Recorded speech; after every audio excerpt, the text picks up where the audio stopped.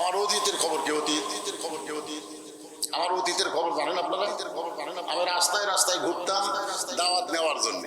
কোনো মানুষজনকে দেখতে বলতাম, ভাই আপনাকে গ্রামে মাহফিল হবে না? হবে, আমাকে একটু দাওয়াত দেন। আপনার ওয়াজই শুনি, আপনাকে দাওয়াত দেওয়া যাবে না। অন্তত 100 লোককে বললে 1-10 লোক আমার দাওয়াত দিত। আমার অতীত হলো ঘুরে ঘুরে দাওয়াত দেওয়া। আমার বর্তমান পজিশন হলো দাওয়াতের এত ভিড় যে ভিড়ের কারণে 3 চালাত লুকা থাকা। মানুষজন আসলে আমার সেক্রেটারি যারা আছে তাদেরকে বলে দাও, এবং লেখা রাখছি বিশাল একটা সাইনবোর্ড যে এই বছর 25 সাল 26 সাল আমার কোনো তারিখ ফাঁকা নেই। এটা হচ্ছে আমার বর্তমান। আর আমার ভবিষ্যৎ হচ্ছে মসজিদে খাটনি, আমার বাড়ির আঙ্গিনাতে আসবে, আমার সমস্ত কাপড় খসায় সাদা কাপড়ে চকলেটের মতন মোড়ায়া আমাকে অন্ধকার কবরে নিয়ে যাবে। ধরে কোন কথা ঠিক কি না? এখন আমার অতীতের রাস্তা ঘুরে ঘুরে দাঁত দেওয়ার কথা মনে নাই, আমার ভবিষ্যৎ মৃত্যুর কথা মনে নাই। বর্তমানে আমি কি হলু রে? কি খালি বর্তমান নিয়ে থাকলে হবে না, অতীতের কথা চিন্তা করা লাগবে। আমি উমর অতীতে খালার বাড়িতে রাখালি করতাম, আমি ছাগল চড়াতাম। সন্ধ্যার সময় ছাগল ফেরত আনলে আমার খালা আমার মাথার চুল ধরে বলতো, ওমর কয়টা ছাগল নিয়ে গেলে, কয়টা ফেরত আনলে? আমি ছাগল গুনার দিকে 2-3টা কম, আমি আবার দৌড় দিতাম। ওই পাহাড়ি এলাকায় গিয়া ছাগলগুলো কুড়ে কুড়ে নিয়ে এসে খালারে জমা দিতাম। খালা আমার কান ধরে বলতো, ওমর যেই ভুল আজকে করেছো, এই ভুল যদি আগামীকাল করো তোমার রাখালির চাকরি আমি ক্যান্সেল করে দেব। আমি খালার পা ধরে বলতাম, খালা আমার রাখালির চাকরি যদি ক্যান্সেল করে দেন আমি থাকবো কোথায়, খাবো কোথায়? যে ওমর একদিন রাখালির চাকরি রক্ষা করার জন্য খালার পা ধরে কেঁদেছে, আজকে সেই ওমর অর্ধ পৃথিবীর খলিফা হয়েছে। এটা ওমরের যোগ্যতাই নয়, এটা কেবলমাত্র আল্লাহর কোরআনের ওসিলায়। ধরে কথা ঠিক না? এখন আপনারা বলেন তো এই কোরআনের ক্ষমতা আছে না? না, এই কোরআন যখন বাংলার জমিনে চালু হবে, আমরা তো দেখিনি, আমরা খালি সারা জীবন ওয়াজ শুনে যাচ্ছি। দরকার কথা ঠিক কিনা? সাইদি হুজুর 50 বছর কোরআনের তাফসীর করেছে। প্রত্যেক গ্রামে গ্রামে, প্রত্যেক পাড়ায় পাড়ায় কোরআনের মাহফিল হচ্ছে। সারা জীবন শুধু কোরআন শুনেই যাচ্ছি, কিন্তু কোরআন বাস্তবে কি এইটাকে আমরা দেখতে পাইছি। আজকে যদি কোরআনের আইন বাংলার জমিনে থাকতো, এরকম লুটতানা, খুন, রাহানি, চাঁদাবাজি হতো? জোরে বলেন হতো?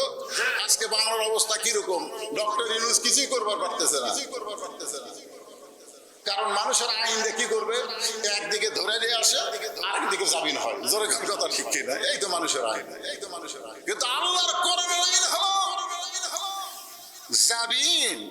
তুমি যে অপরাধ করেছো তোমার উপরে সেই অপরাধের প্রয়োগ হবে। জোরে কথা ঠিক কিনা? তুমি পাথর দিয়ে হত্যা করেছো, তোমাকে পাথর দিয়ে হত্যা করা হবে। জোরে কথা ঠিক কিনা? আল্লাহ বলতেছেন, লিয়াবলুয়াকুম আইয়ুকুম আহসানু আমালান, তোমাদেরকে সুন্দর আমলের পরীক্ষা হবে। এই সুন্দর আমলটা কি আপনাদের দেখানোর জন্য বলতেছি। হযরত ওমর অর্ধ পৃথিবীর খলিফা হইয়া একদিন ছদ্মবেশ ধারণ করেছে শুধুমাত্র আল্লাহর কোরআনকে দেখার জন্য। ধরে কার সুবহানাল্লাহ। যে কোরআন একটা রাখালকে অর্ধ পৃথিবীর খলিফা বানায় দিল, সেই কোরআনটা কি একটু নিজের চোখে দেখার দরকার আছে না নাই? হযরত ওমর ছদ্মবেশে আল্লাহর কোরআন দেখার জন্য মদিনার অলি গলি ঘুরতেছেন।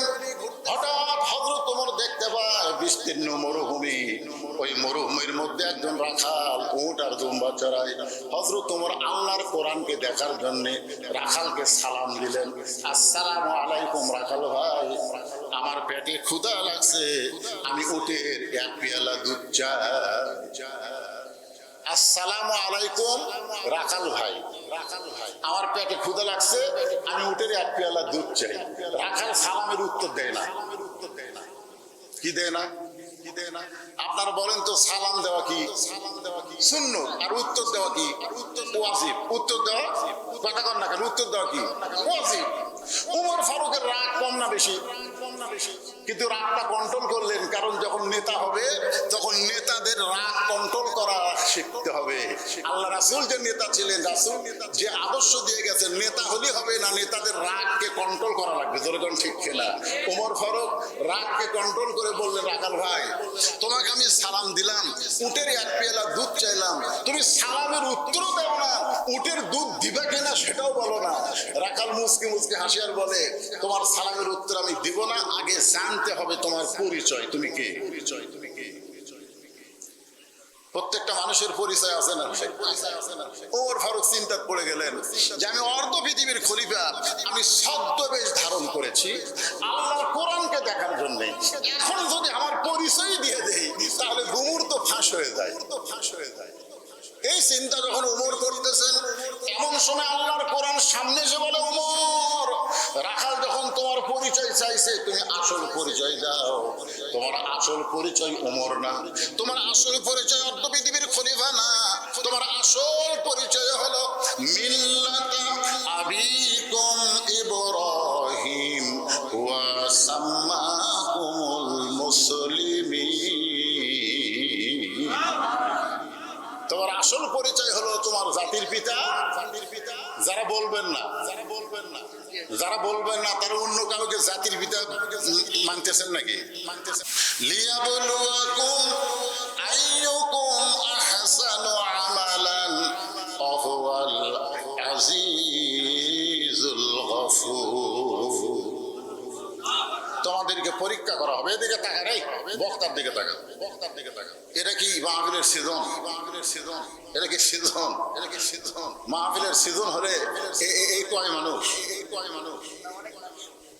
না, মাহফিলের সিজন বোঝেন না। এটা আষাঢ় শ্রাবণ কি কাল? তো বর্ষাকালে মাহফিল হয়। তো যে কয়জন মানুষ আইছেন তারা যদি আবার টাকা থেকে করেন তাহলে বক্তার ওয়াজ হবে। এই জন্য সবাই একটু খেয়াল করেন যে কথাগুলো আমি বলতেছি, কথাগুলোর গুরুত্ব আছে না? মরবেন না? কি করে মরা লাগবে কি লাগবে না? মরা যদি লাগে তাহলে কেমনে মরবো, কিভাবে মরবো? গরু ছাগলের মতন তো মরবো না। আমরা কাফের মুশরিক হয়ে মরবো না, আমরা মুসলমান হয়ে মরতে চাই। জোরে কার কথা ঠিক কিনা? আল্লাহ বলেছেন, মুসলমান না হয়ে তোমরা মৃত্যুবরণ করো না। মুসলমান যদি মরতে পারো, তোমাদের দেহ যাবে কবরে, কিন্তু তোমাদের রুহুর কোনো কবর হবে না। তোমাদের রুহুকে কিয়ামত পর্যন্ত আমি ইল্লিন নামক জান্নাতের বাগানে জায়গা দেব। জোরে কার সুবহানাল্লাহ। আপনি মুসলমান হয়ে মরলে ওই কবরের ধান্দা আপনার করা লাগবে। আল্লাহ কোরআনে বলেন, ইন্নাল্লাযীনা ক্বালু রাব্বুনাল্লাহু সুম্মা ইসতাকামু তাতানাজ্জালু আলাইহিমুল মালায়েকা আল্লা তাখাফু ওয়া লা তাহজানু ওয়া আবশিরু বিল জান্নাতিল্লাতী কুনতুম তুআদুন। কি বলতেছেন?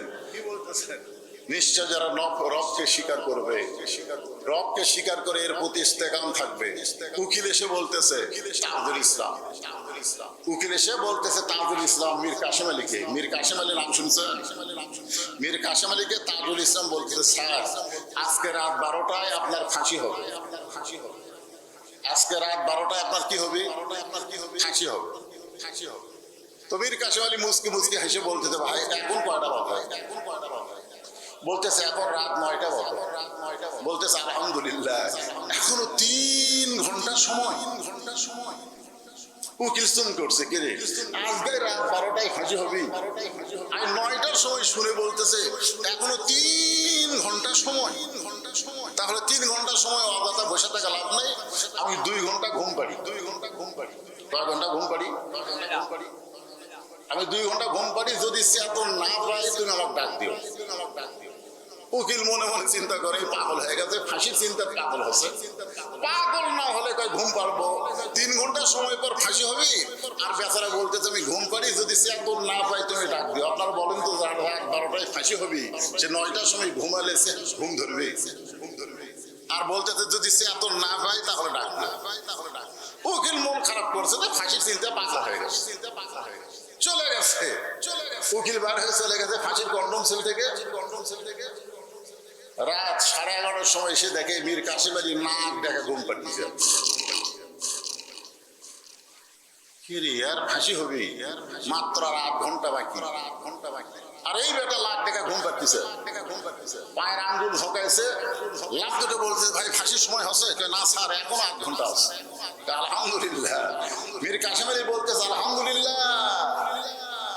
ওযু করে 2 রাকাত নামাজ পড়ে কোরআনের সূরা মুলক আর মুজাম্মিল তেলাওয়াত করে হাসির কন্ডম সেলের মধ্যে সবচাইতে ভালো যে পাঞ্জাবিটা আছে ওই পাঞ্জাবি গায়ে দিয়া শিরোনি দিয়ে মাথার চুল হাসড়ায় বলছে উকিল দেখো তো আমার কেমন লাগতেছে। উকিল চোখের পানি বের করে বলে হুজুর স্যার আপনার এখন ফাঁসি হবে আর আপনি সুন্দর জামা পরে চিরুনি দিয়ে মাথার চুল হাসড়ায় বলতেছেন কেমন লাগতেছে, আপনি কি শ্বশুর বাড়ি যাবেন? মীর কাসেম আলী বলতেছে ফাঁসির মাধ্যমে আল্লাহ তাআলা আমার জন্য 8টা জান্নাতের দরজা খুলে দিবে। আল্লাহর প্রতি যারা ইস্তেকাম থাকবে আল্লাহ বলেছেন আল্লাহ তাখাফ তোমাদের কোনো ভয় নাই, ওয়ালা তাহজান তোমাদের কোনো চিন্তা নাই, ওয়াবশিরু বিল জান্নাহ দুনিয়া ছাড়ার সঙ্গে সঙ্গে জান্নাত দিয়ে তোমাদেরকে বরণ করা হবে। জোরে কান সুবহানাল্লাহ। তাহলে আপনারা মুসলমান হয়ে যদি আমরা মরতে পারি মনে করতেছেন অন্ধকার কবর। এই মুসলমানের বাচ্চারা মুসলমানের ঘরে জন্ম নিলাম কিন্তু মুসলমান হয়ে যদি মরতে না পারি আমাদের মতন দুর্ভাগা এই দুনিয়াতে আর কেউ নাই। জোরে কান কথা ঠিক কিনা? মুসলমানের ঘরে জন্ম নিয়ে মুনাফিক হয়ে মরবো, বেঈমান হয়ে মরবো, আমাদের মতন দুর্ভাগা কে আছে? মুসলমানের ঘরে জন্ম নিয়েছি, আল্লাহ আমাদের উপর কত রহম করছে চিন্তা করছেন? আবার আল্লাহ তাআলা বলে দিচ্ছেন মুসলমান না হয়ে তোমরা মৃত্যুবরণ করো না। আর মুসলমান হয়ে মরতে গেলে আমাদের কি করা লাগবে সেই বিষয়টাই আমি আপনাদের সামনে উপস্থাপন করব। আর আপনারা এই দিক সেদিক তাকাতাকি করেন। আপনারা মনে করতেছেন যে ওয়াজের মতো 2-4 ঘন্টা ওয়াজ করবে, সে টাইম নাই তো। যে বিষয়টা ধরছি এর উপরে তাফসীর করে একটা ব্যাখ্যা বিশ্লেষণ করে আপনাদেরকে বোঝানোর চেষ্টা করতেছি। খুব খেয়াল করবেন। লিয়াবলুয়াকুম তোমাদেরকে পরীক্ষা করা হবে। কি করা হবে? এই মনে করেন কি করা হবে? আইয়ুকুম আহসানু আমালা। এই পরীক্ষার বিষয়টা হলো সুন্দর আমল। তোমাদের যে বিষয় পরীক্ষা করা হবে এই পরীক্ষার সাবজেক্টটা হলো সুন্দর আমল। জোরে কোন কি আমল? এখন আপনাদের কাছে আমার প্রশ্ন, সুন্দর আমল যদি আমরা করতে চাই, আমরা সকলেই সুন্দর আমল করতে চাই, চাই কি চাই না? কিন্তু সুন্দর আমল করার একটা পরিবেশের দরকার আছে না নাই? এখন আপনার বাড়ি থেকে মসজিদ হলো 100 গজ দূরে। আপনার বাড়ি থেকে মসজিদ কত গজ দূরে? 100 গজ দূরে। এখন আপনি মসজিদে জোহরের নামাজ পড়ার জন্য বাড়ি থেকে রওনা দিচ্ছেন, ওযু করে মসজিদে নামাজ পড়ার জন্য রওনা দিয়েছেন, মনে মনে নিয়ত করছেন আমি সামনে কাতারে নামাজ পড়বো। বলেন তো আপনার নিয়ত ভালো না খারাপ? এই নিয়তে আপনি মসজিদ থেকে বাড়ি থেকে মসজিদে রওনা দিলেন, কিন্তু 100 গজের মধ্যে 2টা বেপর্দা নারী আপনার 2 চোখত পড়ছে। 2টা বেপর্দা নারী, অমুকের বউ আর অমুকের বউ পর্দা করে না, রাস্তার মধ্যে আপনার 2 চোখত পড়ে গেছে। আপনি বলেন তো চোখে যদি মশা পড়ে তাহলে তোলা যাবে না? চোখে যদি পোকা পড়ে তাহলে তোলার বুদ্ধি আছে না নাই? কিন্তু চোখে যদি বেপর্দা নারী পড়ে যায় সেটা তুলবেন কি দিয়া? কারণ চোখত পড়া মাত্রই আপনারা বলেন তো ওটা কি চোখত আছে? ওইটা একবারে এই জায়গাতে একটা মেমোরি আছে, বুঝলেন? এই মেমোরির মধ্যে সেট হয়ে গেছে। এখন আপনি মসজিদের সামনে গিয়ে নিয়ত করলেন ইলা জিহাদিল কাবাতিশ শরীফাত আল্লাহু আকবার। চোখ আছে সেজদার দিকে, মুখ আছে কাবার দিকে, আর মন খালি বলতেছে রাস্তা কি দেখলাম রে, রাস্তা কি দেখলাম রে। আপনার বলেন তো নামাজ হবে? নামাজ হবে? তাহলে যদি আপনি মসজিদে সুন্দরভাবে নামাজ পড়তে চান তাহলে বেপর্দা মুক্ত রাস্তা আমাদের দরকার। জোরে কোন কথা ঠিক কিনা? বেপর্দা নারী মুক্ত রাস্তা আমাদের দরকার আছে না নাই? এখন রাস্তার বেপর্দা নারী মুক্ত করবার গেলে বর্তমান মানুষের তৈরি আইন দেওয়া সম্ভব না আল্লাহর কোরআনের আইনের দরকার? জবান খুলে বলবেন কার আইনের দরকার? তাহলে সুন্দর একটা পরিবেশ যদি তৈরি করতে চাই, সুন্দর একটা সমাজের দরকার, সুন্দর একটা সমাজ যদি আমরা তৈরি করতে চাই, তাহলে সুন্দর একটা রাষ্ট্রের দরকার। আর সুন্দর একটা রাষ্ট্র যদি গঠন করতে চাই, তাহলে মানুষের তৈরি করা আইন হবে না, আমার আল্লাহর কোরআনের আইন লাগবে। ধরে কোন কথা ঠিক কি না? এখন আল্লাহর কোরআনের আইন যখন আমাদের বাংলাদেশে চালু হবে, তখন আমাদের ঈমানটা কেমন হবে? কেমন ভালো, কেমন ভালো, খুব ভালো। মুখ দেখলি হবি, মুখ দেখলি হবি। আল্লাহর কোরআনটা যখন বাংলা চলবে, তখন আমাদের ঈমানটা কেমন হবে আপনাদের বোঝানোর জন্য, বোঝানোর জন্য, হ্যাঁ বোঝানোর জন্য বলতেছি। এক সময় পৃথিবীর সর্বশ্রেষ্ঠ ক্যাডার, আমরা গুন্ডা বলি, ক্যাডার বলি, মাস্তান বলি, পৃথিবীর সর্বশ্রেষ্ঠ মাস্তান, সর্বশ্রেষ্ঠ গুন্ডা ছিল হযরত ওমর। আবু জেহেল কিন্তু আল্লাহর নবীকে হত্যা করবার চাইছে, কিন্তু ডাইরেক্ট না। আর হযরত ওমর ডাইরেক্ট নাঙ্গা তরবারি হাতে নিয়ে নবীকে হত্যা করার জন্য রওনা দিয়েছিল। জোরে কোন কথা ঠিক কি না?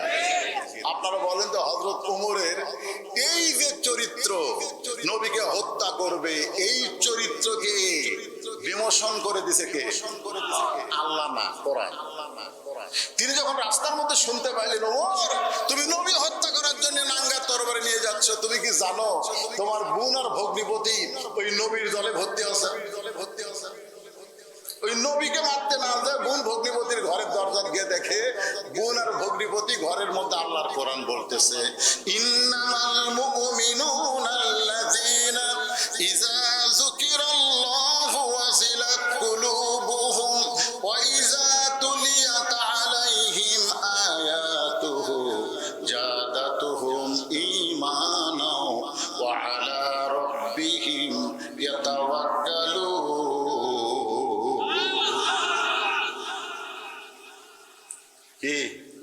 বোন ভগ্নিপতি মারতে মারতে একসময় বললো, তোরা দেখ কি করলি, তোরা যে ঘরের মধ্যে কিছু করতেছিলি সেটা একটু আমারে দে তো।